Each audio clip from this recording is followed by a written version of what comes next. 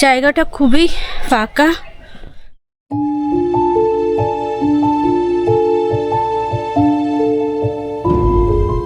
কারণ গয়া মুক্তির জায়গা, এখানে এসে অপঘাতে মৃত্যু হলেও ওদের মুক্তি এখান থেকেই হয়ে যায়। তো চলুন ধীরে ধীরে।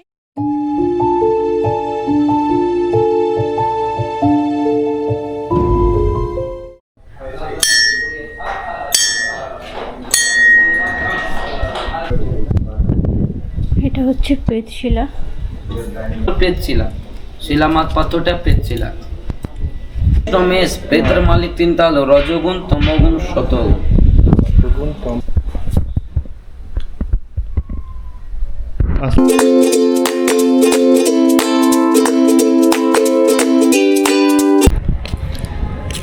আমরা এখন দাঁড়িয়ে রয়েছি ভারত সেবাশ্রমের ভেতরে, আর এখন আমরা সোজা বেরাবো প্রেতশিলার জন্য। চলুন।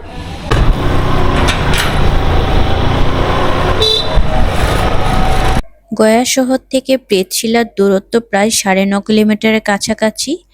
এইবার আমরা ধীরে ধীরে এগিয়ে যাচ্ছি প্রেতশিলার উদ্দেশ্যে। ফাইনালি আমরা পৌঁছে গেছি। চলুন এবার ধীরে ধীরে আমরা এগিয়ে যাব পাহাড়ের চূড়ার উদ্দেশ্যে।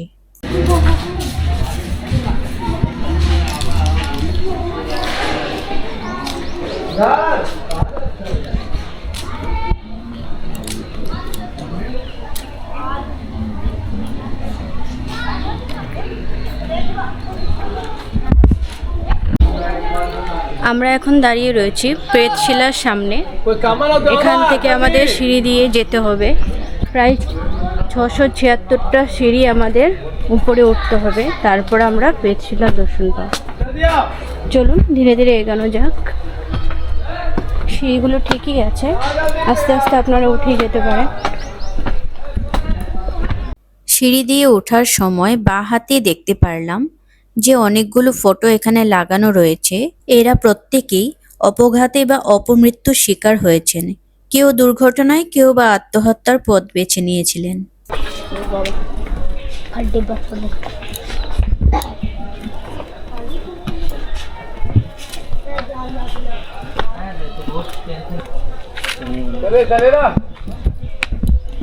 এখানে শনি মন্দির রয়েছে, আর এখানে মা কামাখ্যা মন্দির রয়েছে সামনে।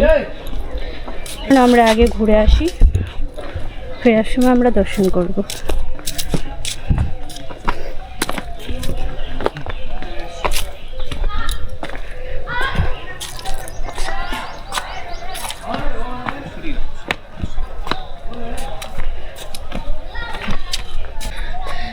জায়গাটা খুবই ফাঁকা।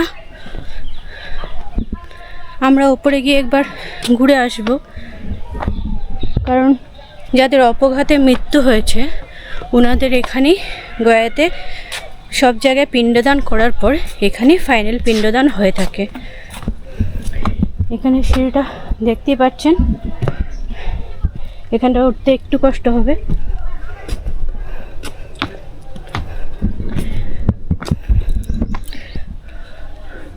তিন জায়গায় গয়াতে পিণ্ডদান করতে হয় যাদের স্বাভাবিক মৃত্যু হয়। সেই ক্ষেত্রে প্রথম ফল্গু নদীর ধারে, তারপর বিষ্ণুপদ মন্দিরে, তারপর শেষ হয় অক্ষয় বটে গিয়ে লাস্ট পিণ্ডদান হয়ে থাকে। আর যাদের অপঘাতে মৃত্যু হয়ে থাকে ওনাদেরকে ফাইনাল এখানে এসে পিণ্ডদান করতে হয়। তো কোনো পূজারীরা পুরোটা উপরে যায়ও না পিণ্ডদান করতে।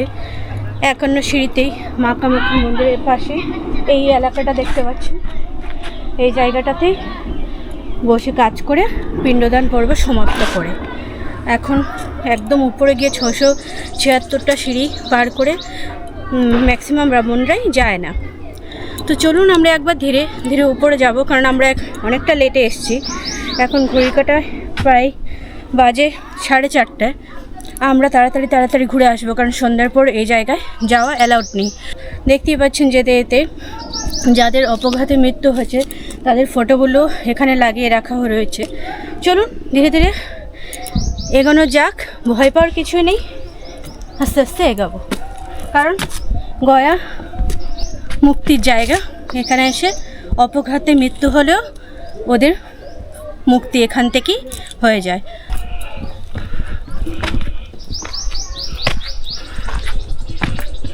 চলো তাড়াতাড়ি।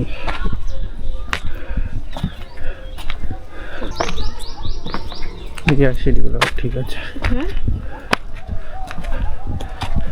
আমরা যে টাইমে প্রেতশিলায় পৌঁছেছিলাম ঘড়ির কাঁটা বলছিল অনেকটাই দেরি হয়ে গেছে, আর যতটা উপরের দিকে এগিয়ে যাচ্ছিলাম অনেকটাই গা ছমছমে পরিবেশও হয়ে যাচ্ছিল, কারণ কোনো লোক আমরা দেখতে পাচ্ছিলাম না।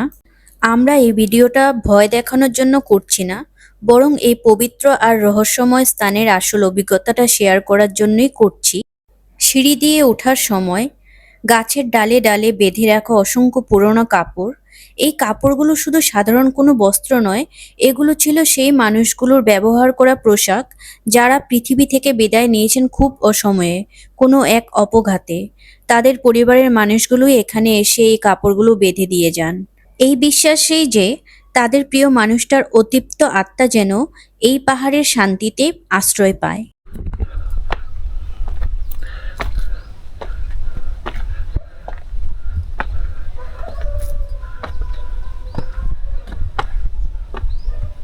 এখানে ওঠাটা খুবই টাফ, একটু একটু রেস্ট নিয়ে আমাদের উঠতে হচ্ছে। আমরা অলমোস্ট 400 খানের সিঁড়ি তো ক্রস করে এসেছি, আর অনেকটা বাকি রয়েছে। চলুন ধীরে ধীরে উপরের দিকে এগোনো যাক।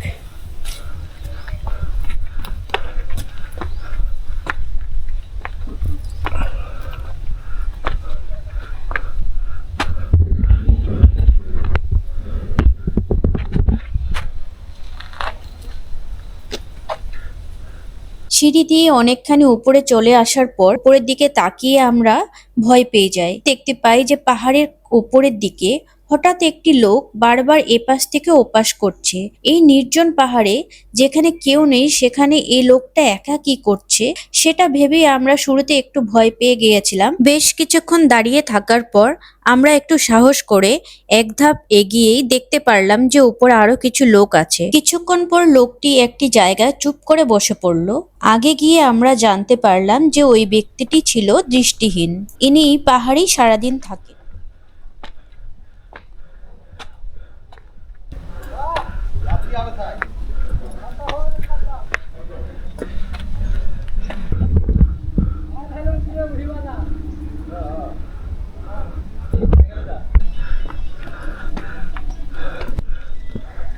চলে এসছে।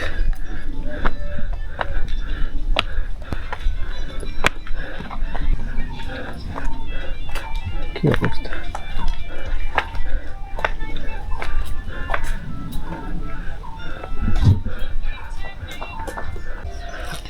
আমরা অলমোস্ট কাছাকাছি চলে এসেছি, আর এখান থেকে একটু খালি অলমোস্ট 100 সিঁড়ি হবে। চলুন ধীরে ধীরে উপরে যাওয়া যাক। সিঁড়িগুলো রাখা খারাপ আছে।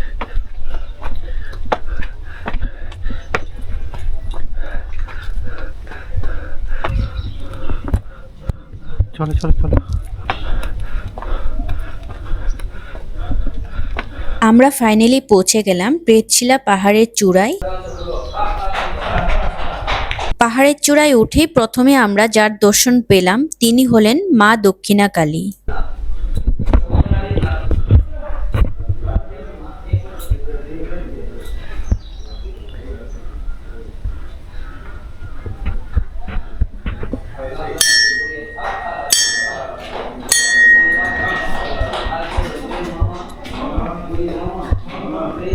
মায়ের দর্শন করার পর কিছুটা দূর এগিয়ে আসতেই আমরা দর্শন পাই প্রেতশিলার।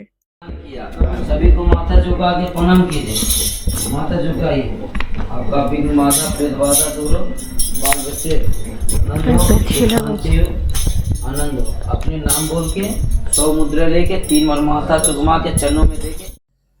বলা হয় আগেরকার দিনে ভক্তি এতটাই প্রবল ছিল যে পরিবারের মানুষ যখন এখানে পিণ্ডদান করতেন তখন সে অতৃপ্ত আত্মারা অদৃশ্য জগৎ থেকে দৃশ্যমান হয়ে হাত বাড়িয়ে তাদের প্রাপ্য বুঝে নিতেন। যুগের পরিবর্তন হয়েছে, তাই এখন আর সে অলৌকিক দৃশ্য চোখে পড়ে না। মানুষ এখানে পিণ্ড উৎসর্গ করে এটাই বিশ্বাস করে থাকেন যে তাদের প্রিয়জনেরা ঠিক এখানে কোথাও অদৃশ্যভাবে দাঁড়িয়ে আছেন। এখানে রয়েছে লক্ষ্মী গণেশের মূর্তি। माँ काली का दर्शन करना। এতে চলে আসো দেখি, এখানে প্রণাম করেন। প্রেত শিলা, শিলামাত পাথরটা প্রেত শিলা। এটা তিনটা দেবতা হলো ব্রহ্মা বিষ্ণু মহেশ। দেবতার মালিক তিন আছে, ব্রহ্মা বিষ্ণু মহেশ। প্রেতের মালিক তিনটা হলো রজগুণ, তমগুণ, সতগুণ। গুণ, তমগুণ, সতগুণ। রাজস, তামস, সাত্বিক। ছবি আপনার দেখছেন পাচ্ছেন তো, ছবি কাপড় সব অপঘাত অপমৃত্যু ছবি আছে। বেশকে ফাঁসলে জলের পরে অ্যাক্সিডেন্ট হয়ে যে মারা যায়, ওনার নামে ছবি কাপড় এখানে দিয়ে যায়।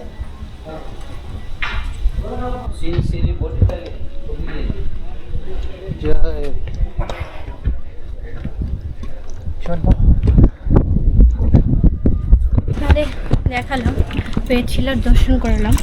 আপনারা অবশ্যই বলবেন, প্রেতশিলাকে আপনারাও প্রণাম করে এটাই প্রার্থনা করবেন যেন আপনাদের বংশে অপঘাতে যেন মৃত্যু কোনোদিন কারণ না হয়। আমরা এখানে এটাই প্রণাম করলাম, আশীর্বাদ চাইলাম। এবার আমরা এখানে পুরো প্রেতশিলাটাই মন্দিরটা ঘুরবো, ঘুরে তারপর এখান থেকে ধীরে ধীরে বেরিয়ে যাব। এখন প্রায় 5:30 বাজতে চললো। ওনারা বললো যে এখানে 8টা পর্যন্ত লোকজন আসে, কিন্তু আমি যতটা জানি সন্ধ্যার পরে এখানে লোকজন আসে না। 676 সিঁড়ি চড়ে আসাটা খুবই টাফ। অনেকটা আমরা রেস্ট নিয়ে আমরা প্রায় ওঠা শুরু করেছিলাম 4:30টায়, আমরা পৌঁছালাম এখানে 5:30। 1 ঘন্টা আমাদের লেগে গেল রেস্ট নিয়ে আস্তে আস্তে। চলুন এবার ধীরে ধীরে এই জায়গাটা ঘুরবো, ঘুরে আস্তে আস্তে আমরা বেরিয়ে যাব। এইবার আমরা ধীরে ধীরে এগিয়ে যাচ্ছি প্রেতকুয়া দেখার জন্য। চলুন দেখা যাক।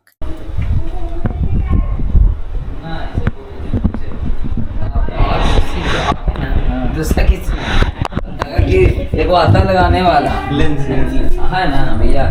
আপনার মন্দির জানতা था মারা যায় না, আর নামে এখানে পিন্ডি দিয়ে যায়। এটা হলো প্রেত কুয়া। যে বাড়িতে আপনার নাম শুনেছো কি প্রেতশিলাতে কুয়া আছে, অন্ধকার আছে, কি যার নামে পিন্ডি দেয় হাত করে পিন্ডি দিয়ে হু করে এখানে ছিল, ওইটা বন্ধ হয়ে গেছে। হাত করে আর নেয় না। আপনি বন্ধ হয়ে গেছে, আপনি প্রেতের পান্ডা হাতে লে পিন্ডি আমি হাতে নিব, ওনার নামে পিন্ডি দিব, ওনার নামে আমি 3 মাসে মারকে জল দিতে হবে।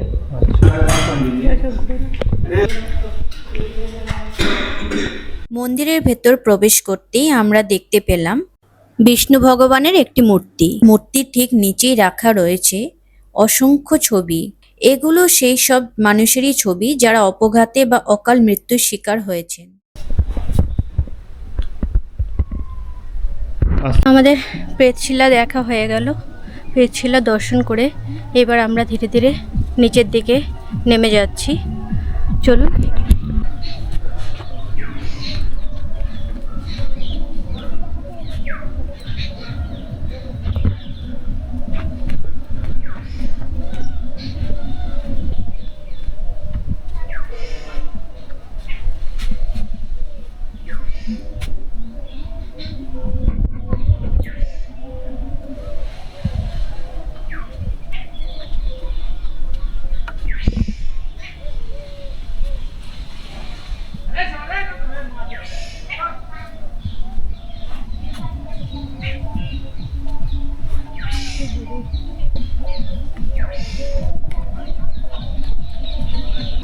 এই হচ্ছে সেই স্থান। এখনো সিঁড়ি ওঠার পরেই এখানে মা কামাখ্যার মন্দির সামনে রয়েছে।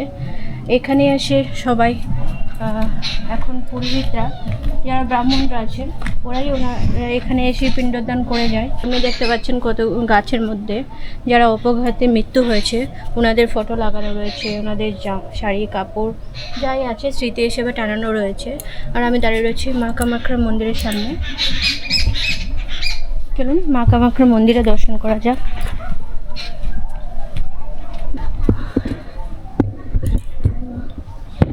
এই হচ্ছে মা কামাখ্যা মন্দির। এখানে এসে ব্রাহ্মণরা এখন পিণ্ডদান করে, কারণ 276টা সিঁড়ি উপরে চড়া অনেকটাই টাফ, তার জন্য ব্রাহ্মণরা এখানে এসে এই জায়গাটাতেই পিণ্ডদান করে, পিণ্ডদান করার পর যারা উপরে যায় ওদের হাতে ওই পিণ্ডিটা দিয়ে দেয়। ওরা উপরে গিয়ে ওই পিণ্ডটা ছেড়ে দিয়ে আসে প্রেতশিলার কাছে। আর যারা যেতে পারে ওরা যায়, কিন্তু ব্রাহ্মণরা এখানেই পিণ্ডদানের কাজ সম্পন্ন করে তারপর উপরের দিকে ধীরে ধীরে যারা যায় ওদের মাধ্যমে পিণ্ডটা পাঠিয়ে দেয়। আর ধীরে ধীরে এখানে এসে প্রেতশিলা দর্শন করলাম, আপনাদেরও দর্শন করালাম ভার্চুয়ালি। আপনারা অবশ্যই জানাবেন আমাদের সাথে আজকে আপনাদের প্রেতশিলা ঘুরে কীরকম লাগলো। আমরা প্রেতশিলা দর্শন করে নিচে নেমে আসলাম। নিচে নেমে আসতেই এখানে দেখতে পাচ্ছি অনেক পালকি রাখা রয়েছে। এই পালকির মাধ্যমেই প্রেতশিলা তো নিয়ে যায় উপরে যারা যেতে চায়। আমরা যখন গেলাম তখন আমরা পাইনি, যদিও এখন সব আস্তে আস্তে বন্ধ হয়ে যাচ্ছে। আশেপাশে দোকানগুলো দেখতে পাচ্ছেন সব বন্ধ হয়ে যাচ্ছে, কারণ এখন বাজে 6টা। এবার চলুন, সামনে একটা কুণ্ড দেখতে পাচ্ছি, কুণ্ডটা একবার ঘুরবো, ঘুরে বেরিয়ে যাব। বিশ্বনাথের মন্দির রয়েছে, ভোলে বাবার।